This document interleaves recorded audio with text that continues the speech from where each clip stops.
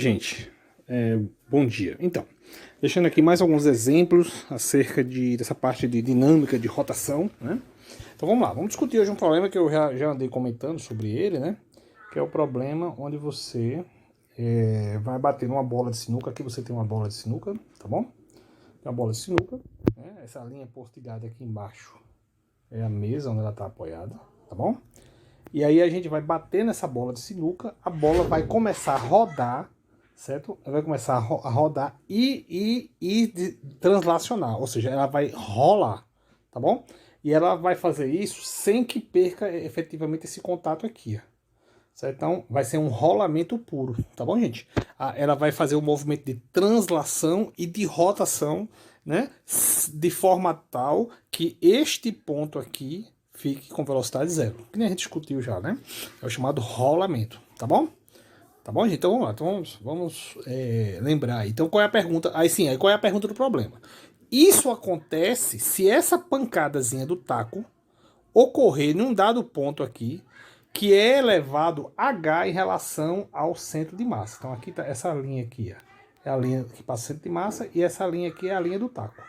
Então se este ponto forem, né, forem separados por uma distância h, deixa eu dizer, perpendicular, vai acontecer o chamado rolamento puro da bola de bilhar. Tá bom, gente? Ok? Lembrando que a bola é uma esfera sólida, certo? Então vamos lá, então vamos trabalhar. Então o que acontece? No momento que a bola bate aqui, ela acelera o corpo, certo? Ela acelera o corpo. Ela aplica impõe uma aceleração A no corpo. Então nesse momento aqui, nesse momento onde a bola tocou aqui, ela vai estar impondo ao corpo uma dada aceleração, e essa expressão aqui é válida, tá bom? Lembrando que isso é uma esfera, né? O momento de inércia dela é esse aqui. Aí ela começa a se deslocar com essa aceleração e começa também a rotacionar com uma aceleração alfa, cuja equação para isso é essa equação aqui do torque, massa vezes aceleração. Então, qual é o grande link do rolamento puro? É que a aceleração de translação e a aceleração de rotação estão conectadas pelo raio R. É o que a gente já discutiu, né? É o link principal. Então vamos agrupar aqui, vamos substituir o I e a aceleração alfa na expressão do torque. Então substituindo, fixa aqui, ó. Aqui é o I, e aqui é o lugar de alfa, eu coloquei A sobre R. Aí eu tenho que lembrar para vocês que o torque, o módulo do torque é o módulo de R vetor F. O módulo de R vetor F é módulo de R, módulo de F, seno de θ. Aí se você olhar aqui para a figurinha, o corpo, o ponto de contato é esse.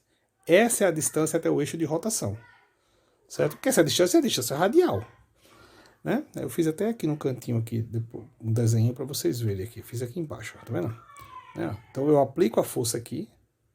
Essa força dista, o ponto de aplicação da força dista R em relação ao centro, que é o eixo de rotação, e nós temos aqui o ângulo θ entre F e R. Quando eu faço esse produto terno, aparece essa quantidade, desculpa, quando eu faço o produto vetorial de R por F, aparece essa quantidade aqui, que é módulo de R, módulo de F vezes o seno do ângulo. Se você olhar aqui para a figura, seno do ângulo, R vezes o seno do ângulo dá o quê? Dá H, que é o chamado braço de potência, né, gente? Que é a distância perpendicular à aplicação da força. Então é isso aqui, tá bom? Então o torque, na verdade, é HF, no final das contas. Então agora eu vou pegar a expressão que eu acabei de deduzir, certo? A expressão que eu acabei de deduzir, que foi essa daqui, e no lugar de torque eu vou colocar HF, ok? Então eu vou fazer isso. Então vamos para cá, aí pô, lá em cima eu vou botar torque igual a HF. Aí substituo HF no lugar do torque, esse aqui eu tinha demonstrado, e aí saiu trabalhando. Quem é F? F, naquele momento ali, onde tem o contato, a F tem relação com essa aceleração que foi imposta ao corpo aí naquele momento ali, logo imediatamente na colisão, tá certo? Obviamente, depois que você tira o taco, você tem um movimento sem aceleração. Você tem uma velocidade constante, a priori, né? Mas naquele momento que ele bate ali, ele acelera o corpo, ele dá uma aceleração A para aquele ponto ali, para aquele movimento de rotação ali, tá certo? Então, substituindo no lugar de F esse MA ali, aí a gente vai encontrar isso aqui, ó. Sai cortando as massas, corto tudo e mostro que o H é 2/5 de R. tá bom? Então esse é o valor que é de H. Então se você bater... Estou só discutindo aí essa questão do que é esse H, né? Só lembrando, veja. Se você acertar a bola de bilhar numa altura H acima da linha que passa pelo centro de massa, certo? Você consegue esse rolamento puro que a gente descreveu. A bola vai rolar na mesa sem deslizar, certo? Sem perder o contato com a mesa, tá bom? Pronto, agora vamos discutir aqui outro exemplo, que é o seguinte, tá? Vamos lá. Pense se você tem um problema aqui, que seria o Sol, né? O Sol, ele dá uma volta em torno do seu eixo em aproximadamente, acho que é 27 dias, né? Ele dá uma volta ali, são 27 dias para ele dar uma volta, não é isso? Então, a gente, né, recebendo a ideia que o Sol seja uma esfera sólida, tá bom, gente? Então, ele tem uma dada velocidade de rotação, né? E essa velocidade de rotação, ela pode mudar, por exemplo, se o Sol se transformar numa anã branca. Se ela acabar o combustível dele, ele se transformar numa anã branca. A anã branca acaba sendo um tipo de, entre aspas, de evolução do Sol ou de algumas outras estruturas, né, estelares, onde acaba que a massa, a priori, não muda tanto, né? Vai ter uma mudança, pelo menos a gente está considerando que não muda tanto, mas ela vai se condensar. Então ela vai reduzir o raio. Então a anã branca é essa bolinha aqui, ó. Essa bolinha aqui, tá bom? Então o que acontece é isso. Você tem um esferona, que seria o Sol, rodando ali aproximadamente 27 dias, que é o intervalo para dar essa volta. E aí a gente vai ter aí a gente vai ter agora uma condensação, vamos dizer assim. Certo? O combustível do Sol se acaba, o Sol acaba evoluindo para uma pequena esfera, certo? Né? Que tem raio, em geral, 100 vezes menor, tá bom? Aí a pergunta é, o que acontece com a velocidade de rotação? Então vamos lá, vamos discutir. A anã branca, a priori, nessa abordagem, eu estou considerando que a massa é constante dela. A massa dela é praticamente a mesma massa do Sol. E ela continua sendo esfera sólida, tá bom? Tem essas duas aproximações aí. Então, observe. Então, esse processo é um processo onde não houve torque. Não houve torque nenhum dessa coisa aí, dela se condensar. Não houve um torque externo do sistema. É um processo oriundo lá da evolução mesmo, da dinâmica lá da estrela. Então, se não tem torque, o que acontece? Momento angular antes é igual ao momento angular depois. Momento angular na configuração 1 é igual ao momento angular na configuração 2. O que é um momento angular? O momento angular é a inércia de rotação vezes a velocidade de rotação.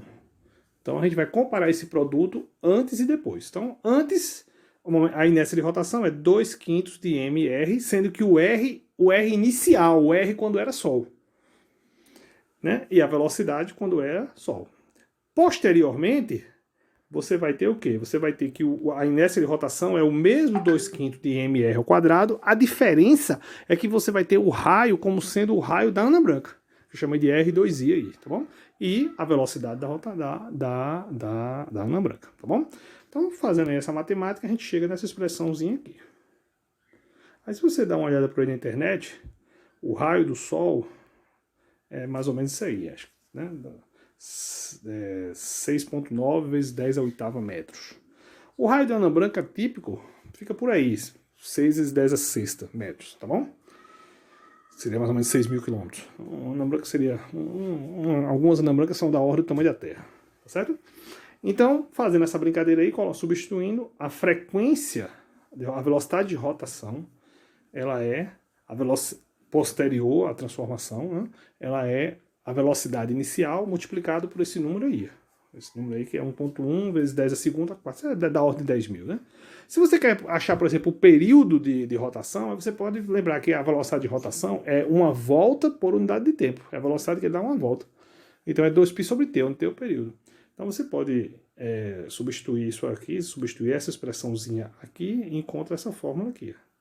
Então o período após ela se transformar em anã branca, é da ordem de 10.000 vezes menor do que o período que é hoje em dia, tá bom? Esse é um processo evolutivo de boa parte das estrelas, sóis, etc. E isso deve acontecer. Agora vai demorar muitos anos, né? Tá bom, gente? Valeu, muito obrigado, hein? Até mais.